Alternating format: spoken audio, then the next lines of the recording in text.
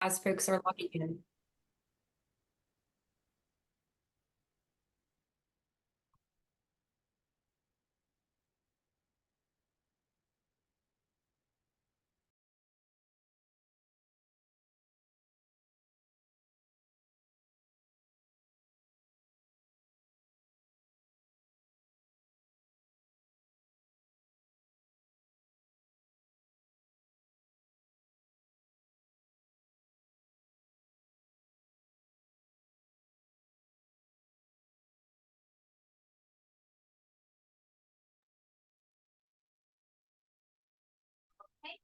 I'm going to get started. So thank you all of us for joining us. Happy World Water Day, as well as the opening of the Great Lakes St. Lawrence shipping season. I'm Jess Leinhart, and I'm the director of the Great Lakes St. Lawrence Legislative Caucus. I just wanted to start with a few notes. This meeting is being recorded, and it will be posted on our website in the coming days.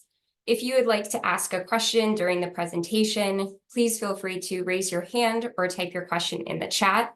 There will be a Q&A session at the end, so if we don't get to your question during the presentation, we will be sure to circle back. And I'd also like to recommend to legislators to turn on their cameras and unmute during the business meeting section of the meeting. And we can have a more conversational atmosphere during that time. So I'd like to now introduce the chair of the caucus, Wisconsin Senator Andre Jacques, to deliver welcoming remarks. Thank you, Jess. Good morning and welcome to the GLLC web meeting. We are looking forward to our featured presentation on U.S. federal Great Lakes policy, which will touch on nearly all 5 priority areas on the GLLC policy agenda. Following the presentation, we will have time for Q&A and a short GLLC business meeting. Legislators will also be invited to comment during the legislator roundtable. For those of you who may be new to the GLLC, the caucus coordinates regional action, provides education, and creates a space for collaboration for state and provincial legislators across the binational Great Lakes St. Lawrence region.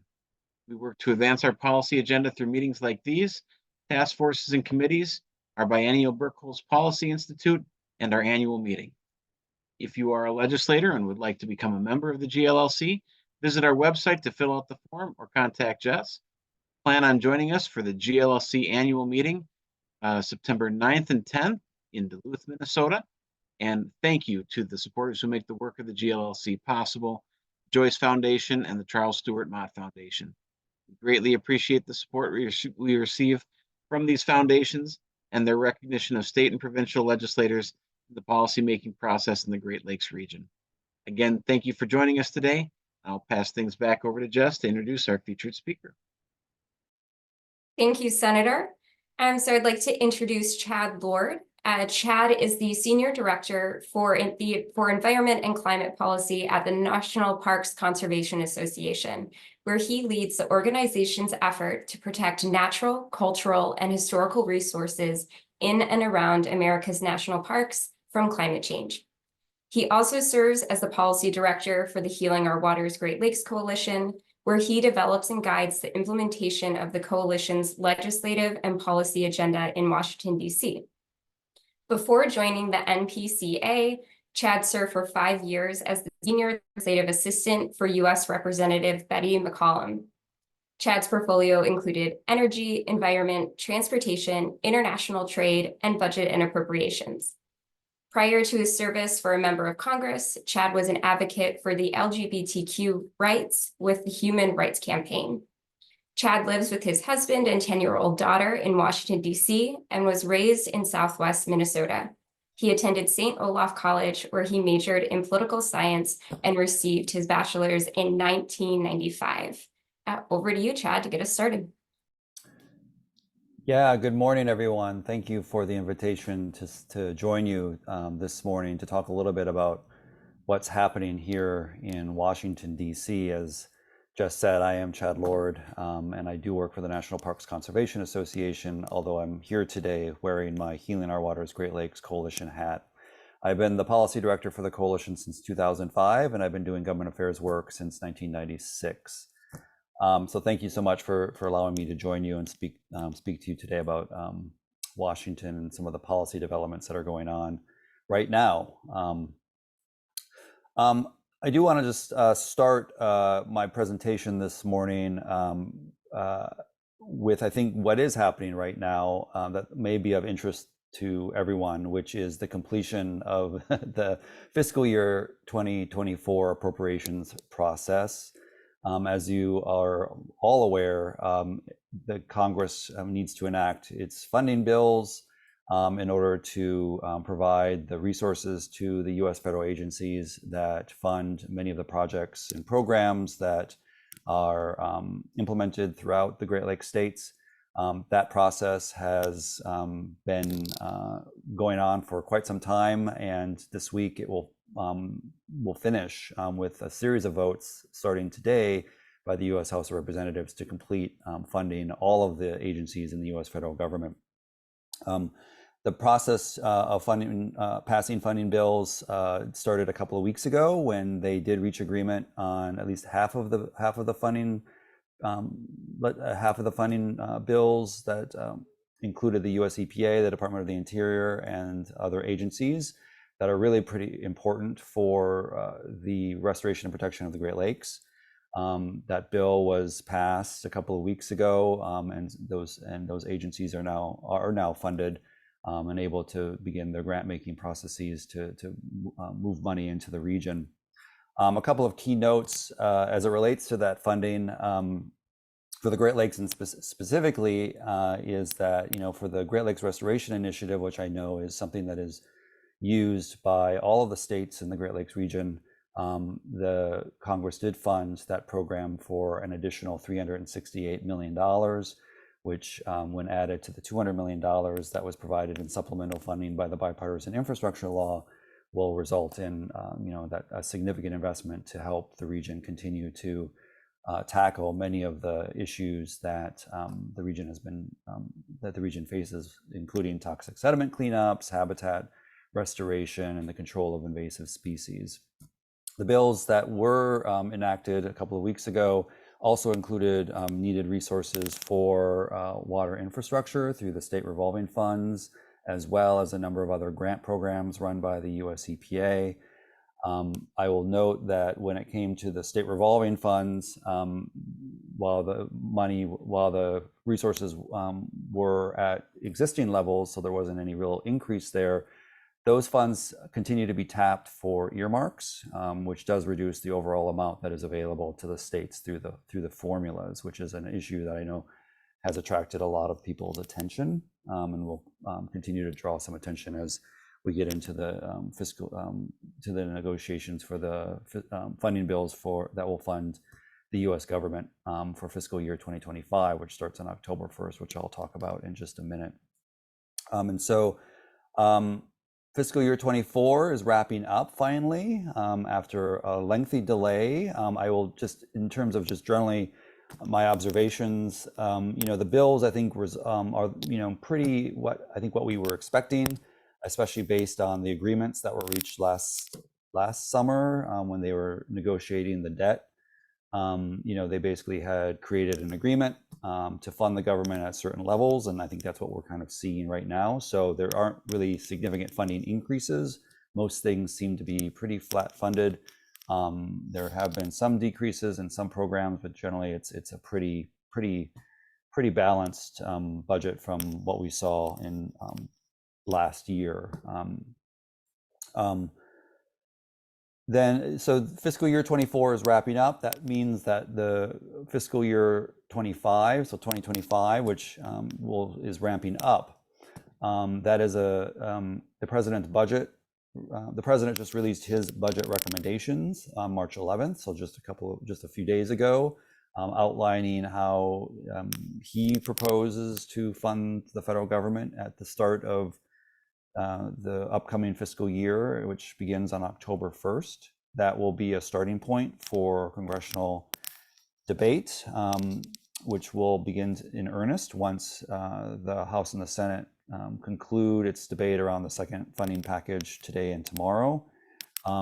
The Congress will begin to have oversight hearings on the president's budget request, looking at the needs, debating the priorities.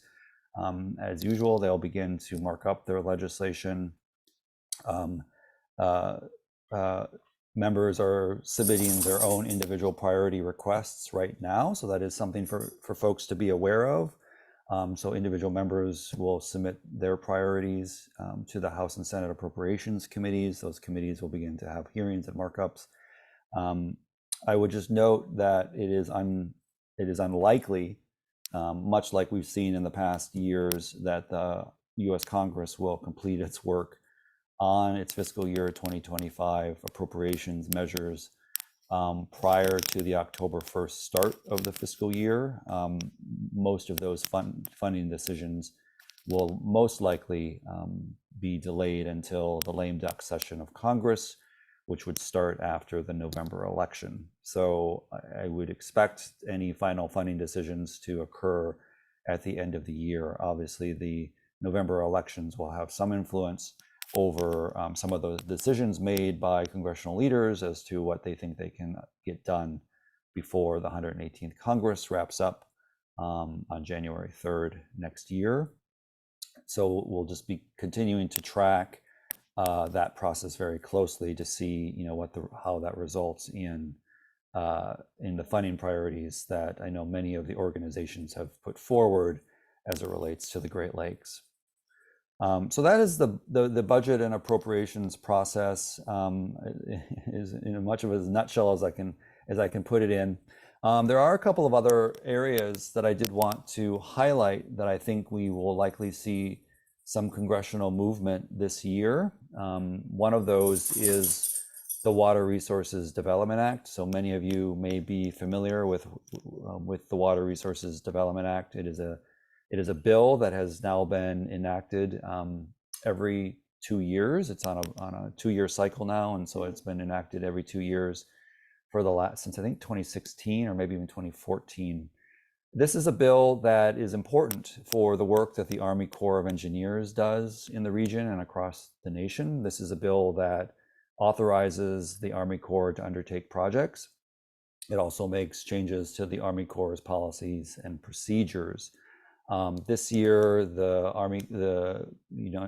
House and the Senate are on track to enact another Water Resources Development Act this year. I think people seem to be optimistic that there can be a bipartisan consensus to move that legislation forward. I can tell you from the conversations that I've been having on Capitol Hill that that the House Transportation and Infrastructure and the Senate Environment and Public Works Committees, which have jurisdiction over Army Corps projects, are negotiating the thousands of projects and policy proposals that have been submitted to them by the representatives and senators.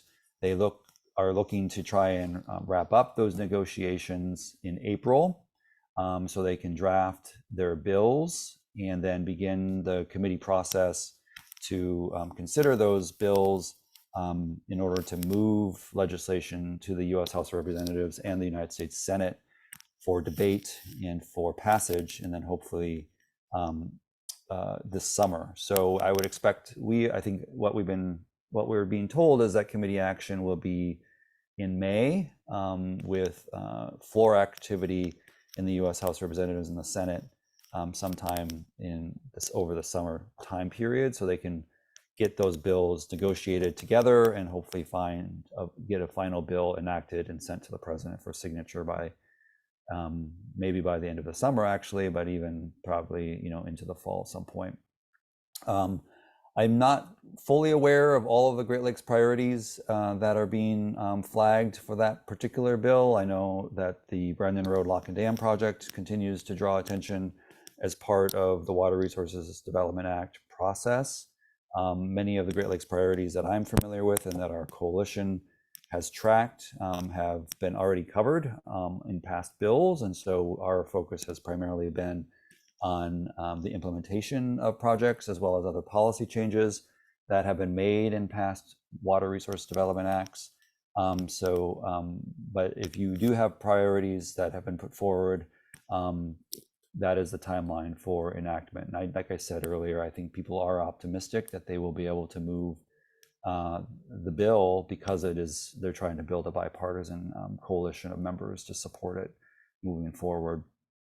In the same kind of the other bill that I think could have some real potential for moving forward this year and being actually enacted into law is another bipartisan bill called the Great Lakes Restoration Initiative Act of 2024.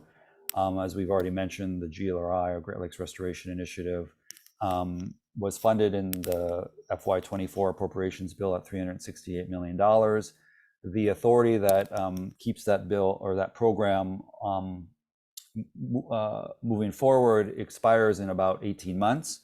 And so I know our coalition, and I think many of the folks in the region have joined in support of a bill that was introduced by Senators Debbie Stabenow from Michigan and Senator Vance from Ohio, and then Representatives Joyce from Ohio, along with Representatives Marcy Kaptur from Ohio, Debbie Dingell from Michigan, and Bill Huizenga from Michigan, to extend that program for an additional 5 years. We're getting started early, so there will be no lapse in congressional authorization for the program. This is I think the GLRI, as everyone I think is aware, is a very bipartisan, popular program in the region, and I think we've built a very solid, bipartisan coalition of members of Congress to move that program forward for another 5 years, and we are hopeful that they will be able to build the support necessary to enact that bill into law, so we don't have to worry about it next year at all. We can just move forward with our focus on trying to make sure that the program is funded at its authorized levels. I think there is some optimism that we'll be able to do that, but I think we do have some of our work cut out for us. I know in the conversations that I've personally had with folks on Capitol Hill, especially for folks that aren't in the Great Lakes region who hold positions of authority, they're all kind of questioning why we're trying to start so early. And we keep telling them that this is, a bipartisan bill that, and we want to make sure to show Congress doesn't have to wait, for a deadline, that they can actually move things forward early and not have to be waiting up until the last minute in order to enact popular legislation. So we're continuing to track that very closely, and are working with, we're trying to push people as much as we can to keep this bill as a priority. A couple of other bills I think that are possible for movement, although I think probably it's a little unclear to me whether or not they would be able to be enacted into law in the 118th Congress. The one big one that I think is really important for the region, but is also caught up in some, in terms of some of the political debates here, is the Farm Bill. Obviously a bill that is really important for agriculture, for nutrition, for family health. It is a bill that needs to be reauthorized. Since the last time it was reauthorized was 5 years ago. It's not clear to me whether or not they will be able to build the kind of consensus necessary in order to enact legislation by the end of the 118th Congress. I know there is tremendous leadership for the Farm Bill from the Great Lakes delegation in Congress, led by Senator Debbie Stabenow as the chair of the Senate Agriculture Committee, but many others. But even with all that support, it's still not clear to me whether or not the Farm Bill is a piece of legislation that would gain the majority support it's going to need for a whole host of reasons, some of which I know, some of which I do not. But I think that is an important bill that we are tracking, but I think is not something that I'm personally convinced is going to be able to get the consensus needed for it to get through the finish line. But there are a couple of other bills that I know that may be of interest that are also pending. There was legislation to add algal blooms to the list of natural disasters that would be eligible for disaster funds. There was also legislation to make reforms to the state revolving funds, whether or not that is the funding formulas or adding the Green Reserve. There was a Great Lakes mapping bill, and then other legislation that was related to the Farm Bill. Most of these bills are in committee. Most of the committees have not moved them forward with legislative hearings or legislative markups, with the exception of the Great Lakes Mapping Bill, which did have a legislative hearing yesterday as part of a legislative hearing hosted by the House Natural Resources Committee, which is where that bill was referred. Most of these smaller pieces of legislation are still stuck in committee. It's unclear to me whether or not they will move, but so we'll just be tracking them very closely to see if those are pieces of legislation that can get kind of consensus to move forward. I would say, I think from my perspective, the state revolving fund changes, I think would probably be the least likely to move forward because of the lack of consensus around changing some of those formulas and some of the allocations around the state revolving fund. I would be more optimistic to some of the other bills that folks have identified as being priorities along with the GLRI Act. I think there may be some opportunities to build some bipartisan consensus and move these things forward, but we'll just have to wait and see. One of the things I did want to note as it relates to, so that's kind of Congress. I think just some general observations, in terms of some of those priorities, and I'd be happy to talk about some of the other things I may have missed that are priorities for the caucus. I will just note, I think as you probably picked up in some of my observations already, I think there's going to be, this is an election year, and I think some of the more controversial, anything that is more controversial, I think, or perceived to be more controversial, I think will find a less likely path forward in terms of trying to move through the legislative process in the United States Congress, especially as we get closer to the November election. I think they'll just be less likely. It'll be less likely to see some of the bills that don't have the strong bipartisan support from moving forward. And that's just, I think that's a combination, in my opinion, and just in terms of the politics, but also just some of the process. As we get closer to the election, members are just going to be more busier. They're going to have other things on their minds. I think it's just, it's just going to be a combination of being able to move things through the legislative process as people's attentions shift from policymaking to the elections in the fall. I think that sets up, a very interesting dynamic for the lame duck session. Obviously the lame duck session is not a session that would necessarily be one ripe for passing really big pieces of legislation, although we have seen some of that in the past. So it's unclear exactly what would be eligible for the agenda for a lame duck session of Congress. But I know we in our coalition are preparing for all of those scenarios in order to take advantage of the strength of the Great Lakes delegation, and if we are able to move some of our bills, like the GLRI Act, for example, before the election, to be able to take advantage of some of the pressures that members face in order to wrap up the 118th Congress. And so that is just something I think, we are just keeping an eye on in terms of how we how we are strategizing in terms of moving some of our coalition priorities forward.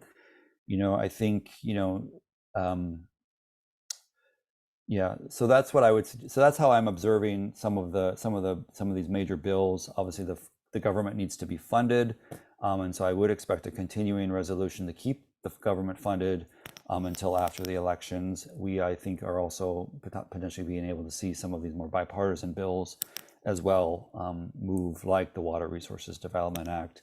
If Water Resources Development Act can move, for example, it could also serve as kind of the engine to bring along some of the other smaller things that people have also prioritized. So that, so the legislators in the United States Congress will have to figure out how to, with our support, we'll have to figure out how to leverage those processes in order to move these priorities ahead. Even though there is, a congressional, even though so that's kind of, what I see as happening in terms of legislation in the United States Congress. I did want to highlight one thing that is happening at the U.S. Within the U.S. administration, primarily at the U.S. EPA, that I think would be of interest to people.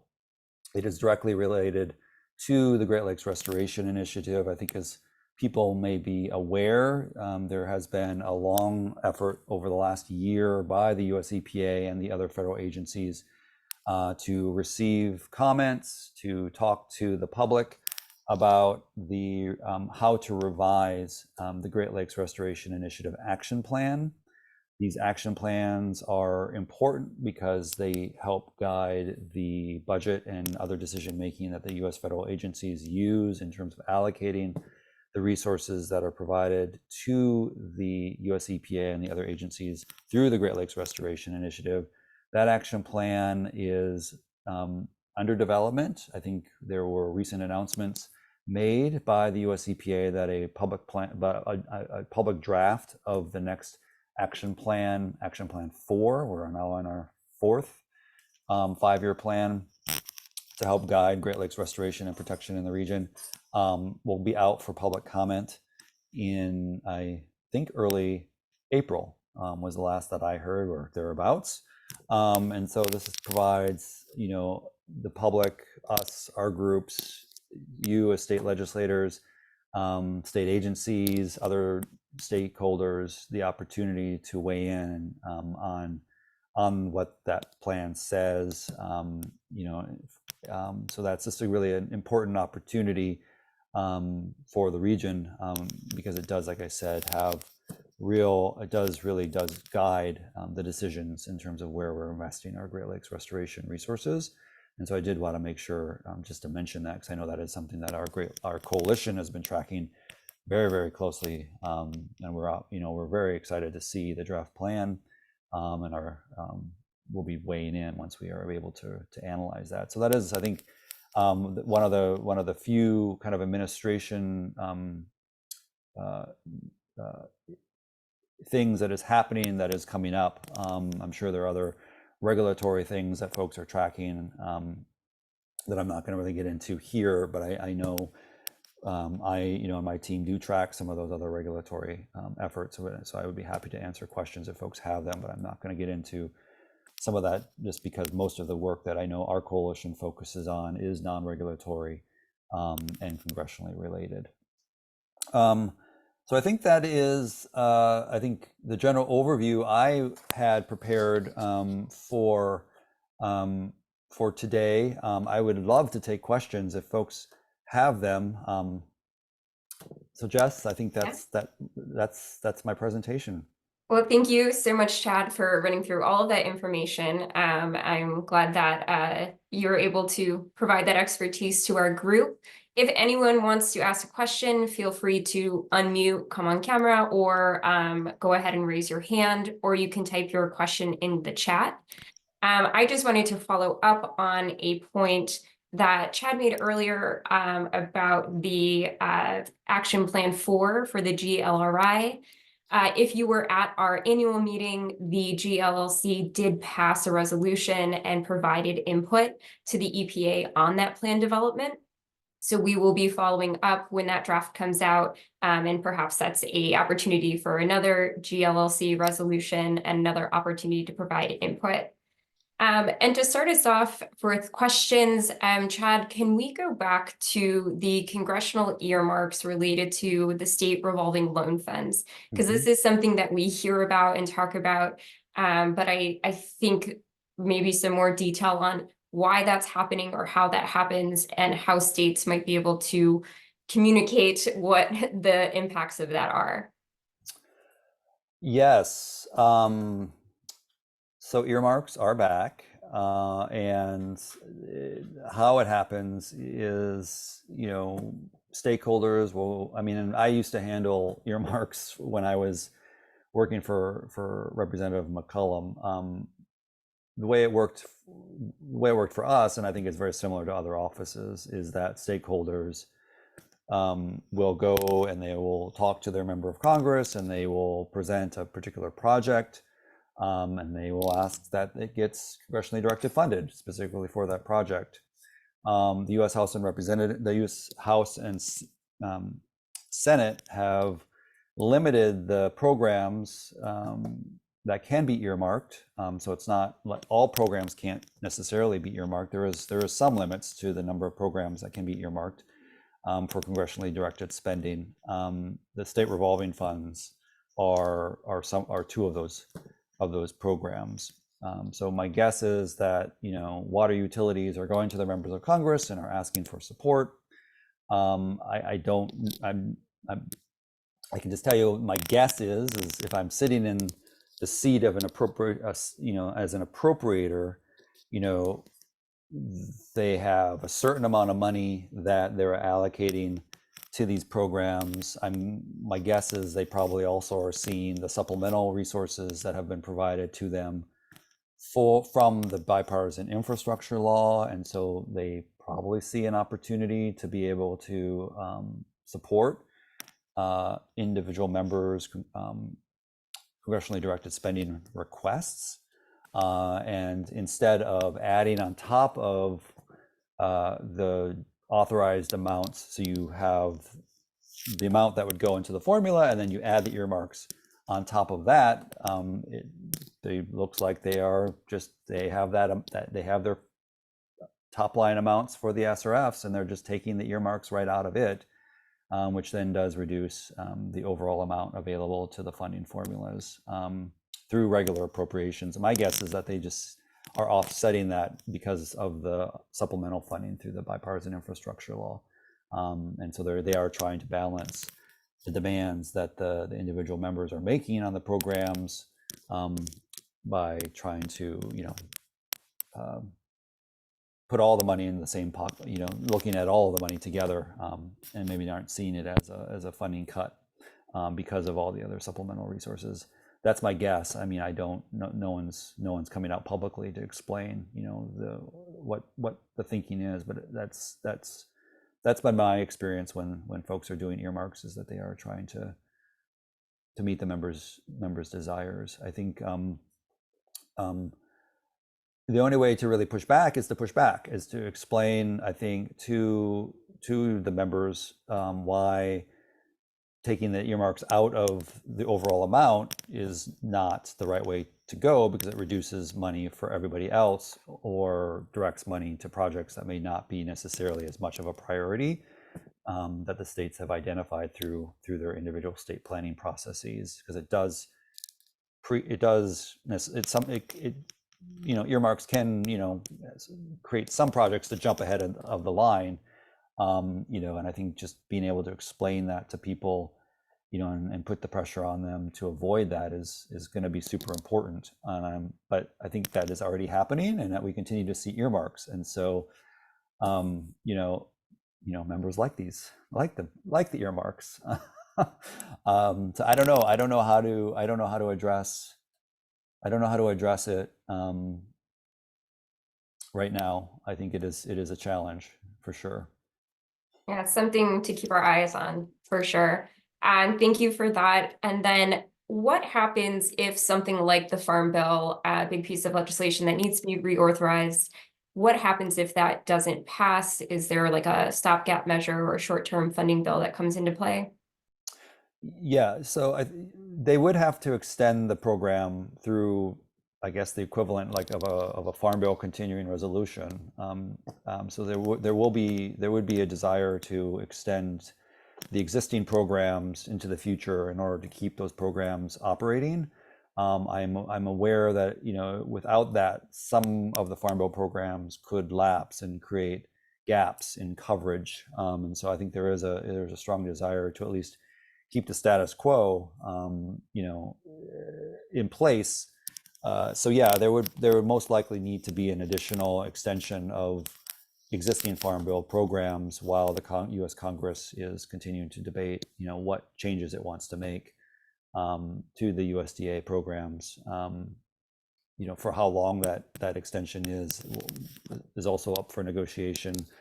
They tend to be, from my experience, year to year, just in order to keep the pressure on some of these negotiations. But yeah, I think yes, we will likely need to see probably an additional extension in order to give time for more negotiations between the House and the Senate. Thank you. And then I just got a message seeking for clarification between GLRI reauthorization and then the GLRI Action Plan 4. So can you just go through those and what's different? And then if with the reauthorization, would there be any substantive structural or policy changes that we would expect to see from the GLRI?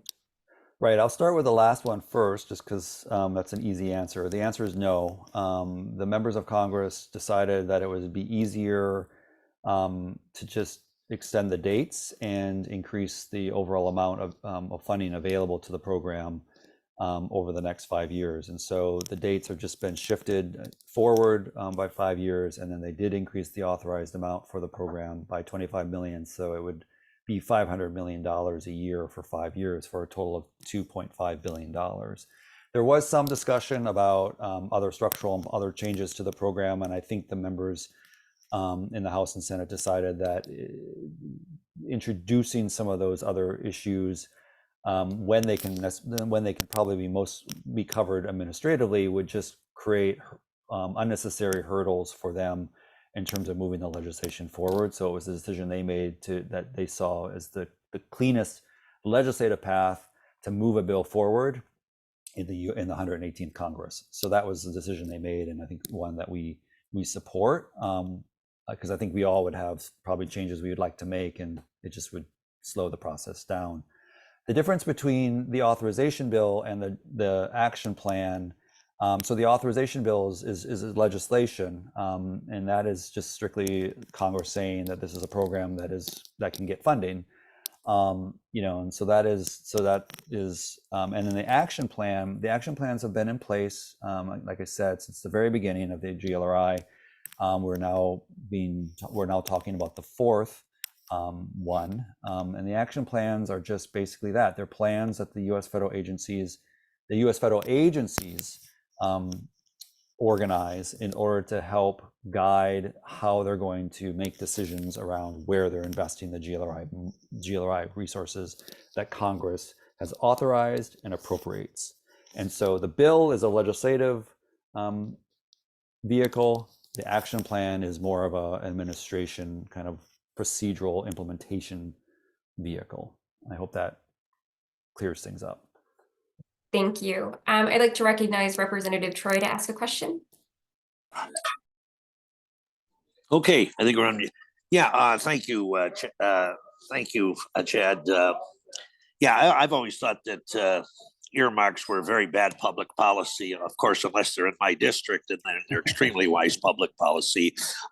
Two questions. One, a lot of people bemoan the temporary loss of earmarks at one point as driving a lot of the divisiveness and the unwillingness for members to cooperate with each other. Since earmarks are somewhat back, has it resulted in any, increased reduction in divisiveness and bipartisan cooperation, or is the jury still out on that? I would let you make that decision, an assessment. What I've observed is that even with earmarks, members who actually are getting earmarks are still voting against these bills. So I don't know if it is as much of an influence in helping people support bills as it was in the past. That also may be a lack of familiarity or the changing dynamics on Capitol Hill. So. Yeah. Okay, jury's still out. So the second question is, I don't know what group it was, whether it was the IJC or somebody, came out recently and rated the condition of the Great Lakes and basically said that my Great Lake Erie got kind of a poor rating compared to the other 4 Great Lakes. I mean, I don't know if you saw that, or you could say what's the issue there, or is there any steps being taken, to possibly address that? Why my lake scored so poorly? Yeah, I will be honest. I'm not familiar with that particular study, although I know the IJC does issue, I think, triennial reports on the status of the lakes themselves, and in terms of trying to track progress. And all I could say is, I wouldn't be surprised if some of those studies are representing some of the longstanding challenges that we have seen in Lake Erie and the other Great Lakes. I mean, we still continue to see, for example, harmful algal blooms. We have other issues around the coastal zone with lake levels and other things. Some of these problems continue to persist, and so I'm not surprised. That would be showing up in some of the reviews that the International Joint Commission, through its work, is also documenting as part of its triennial and kind of review of the water quality agreement. Okay, thank you. I would note, I think the solutions to some of those problems continue to be, from our perspective, the continued investment in things like the Great Lakes Restoration Initiative, that will help communities kind of tackle some of these problems. So even though we continue to see agricultural and municipal runoff that are contributing to water quality issues that feed harmful algal blooms and other things, I think we are, from the data that I've seen from the Great Lakes Restoration Initiative, the programs and the projects and other things are holding back phosphorus and nitrogen and other things. And so at least perhaps the situation isn't getting worse, but we still have a tremendous amount of work to do. And I think that might be an understatement, but I think we're still making some progress. And I would probably say it probably has a lot to do with the phosphorus loading and, and a lot of, because agriculture is such a very powerful industry in Ohio, so much of the remedies are still more on a voluntary basis. And I've argued that, listen, we didn't clean up the lake the first time with primary, secondary, and tertiary improvements in wastewater treatment plants by saying, this is voluntary, go ahead. I mean, we basically said, you have to do this. So I think the battle will go as to, how much of this is the carrot and how much of this is the stick in terms of how do we address that issue. Thank you, Representative, and thank you, Chad. I have one more question that was sent in, but if anyone has another one or two, we could take them. You could raise your hand or pass those along. But this one was related to infrastructure projects, and I think more connected to what you were saying with WRDA. And rewording a little bit, so what are we expecting to see in terms of ongoing projects related to Brandon Road, Sioux Locks, on those 2 points? And then is there going to be any change in WRDA, or are there any policy changes in WRDA that relates to federal state cost share for these projects? I'm not as familiar with the Sioux Locks. I think that project has already been authorized and is actually getting funding to do the work up there. So I would not expect to see something on the Sioux Locks. I'm unaware of what's needed for the Sioux Locks as part of the WRDA 24 process. So I would have to defer to others who have more familiarity with that particular project. And with Brandon Road, I do know there has been some discussion around a cost share adjustment for that project, and that will be part of the debate as part of WRDA 24. Whether or not it is adjusted as part of WRDA 24 will be part of what we see as the legislative package. I think there have been, from what I've observed, there continue to be some delays locally in terms of the Brandon Road project, just in terms of some of the administrative issues. And so that's separate from the legislative process. Jess, can you remind me the second part of that question? I think they was referencing the federal to state cost share, or if that is something that happens in WRDA or in another means. Well, if adjusting the cost shares for individual projects, or just even generally at the programmatic level, would be something that you would find in WRDA. We've seen cost share adjustments for Brandon Road and other projects in past WRDAs, and so yes, WRDA would be where you would see those cost share adjustments. I think that the Army Corps does have some discretion in some programs for cost share adjustments based on some policy changes, but I'm unaware of that discretion. I don't think they've got discretion for that for something like as big as Brandon Road. I think that discretion tends to be more for adjusting cost share for communities that may be categorized as disadvantaged or economically disadvantaged or that sort of thing, which would not be the case for Brandon Road. Thank you. And then Representative Abbott, did you have a question? I thought I saw a hand. Yes, I did. And I apologize if it's Senator or Representative Troy. I didn't catch that. But a little follow-up question on his comments about especially the western basin of Lake Erie and the agricultural and phosphorus watershed runoffs that are creating these situations. I've been actively working with our governor, and we're setting up kind of a little mini task force trying to find funding within our agencies to implement on a pilot project a new program that would use some cutting edge technology that binds phosphorus. And we've got several lakes in northeast Indiana that they either drain into Lake Michigan or they go through the Maumee to Lake Erie. And what we're finding is that phosphorus, it gets trapped in the lakes from ag and non-point sources. And binding it, what it will do, it will take the water quality with that phosphorus removed from the water and actually make some pretty remarkable changes in short order. Well, these lakes we picked have extremely high amounts of data that we can use to kind of through a scientific approach to see what are our best options for long-term plans to reduce phosphorus loading, which will eventually affect the Great Lakes that would be the receiving areas. The funding is the issue. And I guess my question, because it's an expensive process, even for a pilot project, it's in the millions of dollars for just a few lakes. That wouldn't be a long-term solution, but it would be a tool to use to come to a more affordable and practical long-term, effective long-term solution. Is there anything in the federal, with the EPA funding, like the state revolving funds or any other funding mechanisms? And I guess I would echo the same comment that was made by Senator or Representative Troy. Short of earmarks, unless it affects our program, that we could look at as a possible funding opportunity? Yeah, those are good questions. I know there's a number of potential funding opportunities. I don't know if the state revolving fund, Mr. Abbott, are you in Indiana or Ohio? Yeah, Indiana, yes. Oh, okay.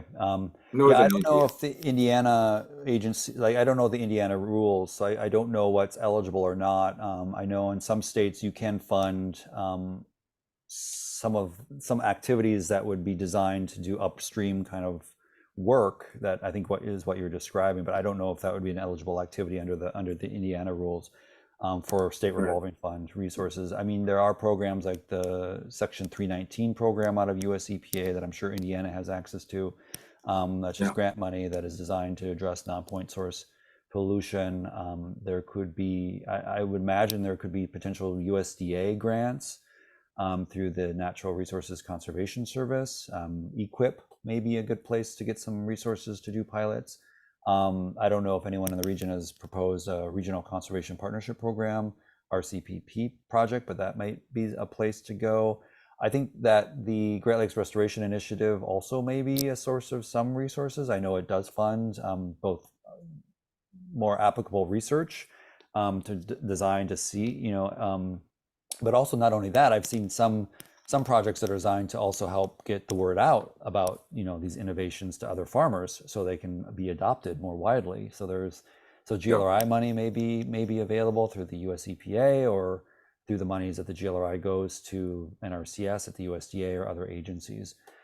So there may be some funds. I don't know specifically, but that does sound like a project that would be eligible for money from somewhere. I would Yeah, also. and we do have some funds available, but and I got some additional funding last year on our LARE program, which is our Lake and River Enhancement Program, which was based on registration fees on boats, but that's limited on how much we can raise, and it's not enough to do a project of any major size because that program is distributed throughout the state. Right. And it's extremely underfunded. So we're looking for larger sources, and short of doing an appropriations request for next year's budget, which is what I'm looking at right now.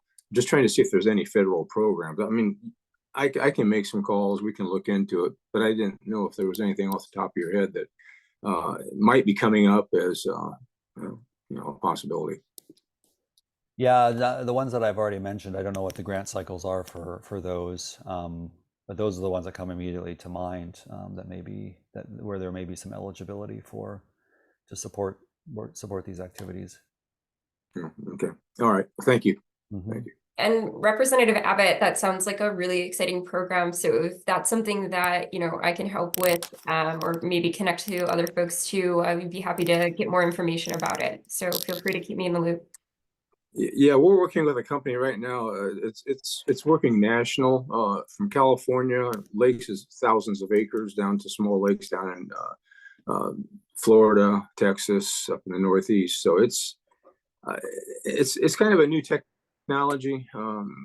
I could talk more about it later if you want to, but it's very promising for certain applications. It's not an end all, but it's a path to get there, I think.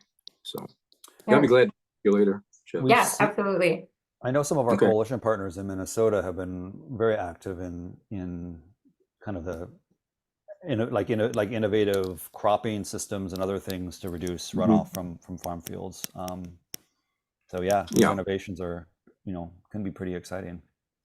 Yeah, and we're doing some of that through the Indiana Department of Ag EQIP and some of the Indiana Ag programs. So, okay, well, thank you. Appreciate it. You're welcome.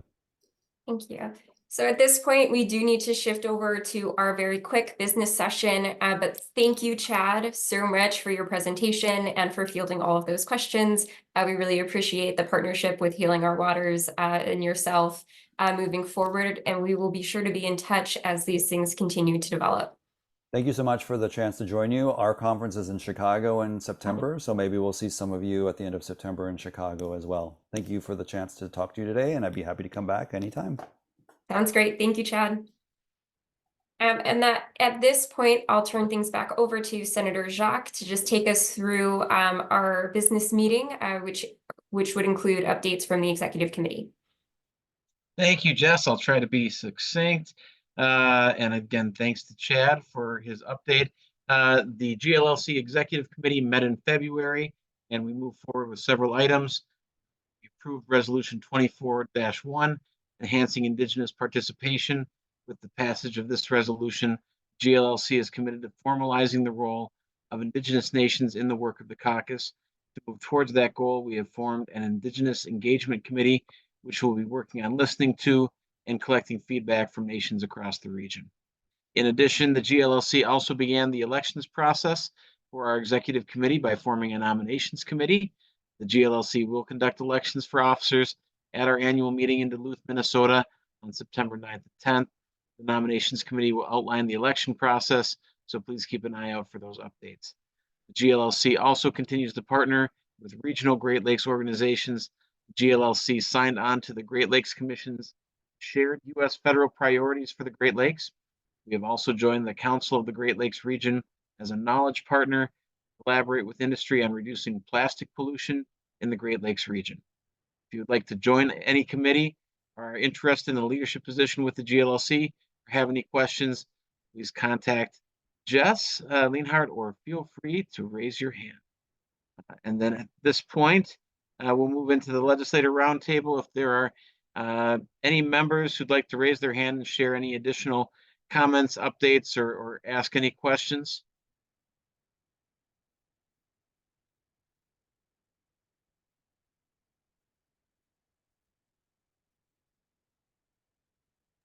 again, this is just an opportunity if you'd like to flag any other programs or ongoing legislation for your colleagues or to staff for the GLLC.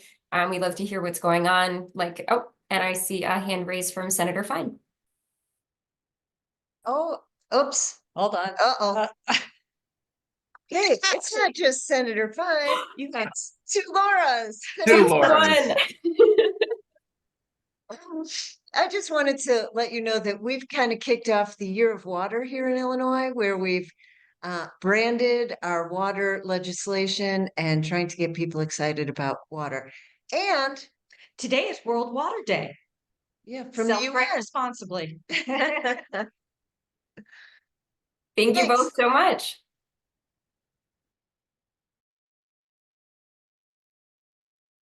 And I see Representative Andraka coming on. Do you have an update? No, I don't have an update. I just wanted to say thank you all for all of your work, and I appreciate being a part of this group. And Senator Jacques, would love to catch up with you at some point now that our legislative business is winding down here in Wisconsin. Sounds great. All right. If there are no other updates, I think we can move towards ending the web meeting. Very good. Well, thank you to everyone for your attendance. Of course, feel free to share this with your colleagues. It will be available on the web, the recording. And with that, the meeting is adjourned. Thank you. Thank you, everyone. Have a great weekend.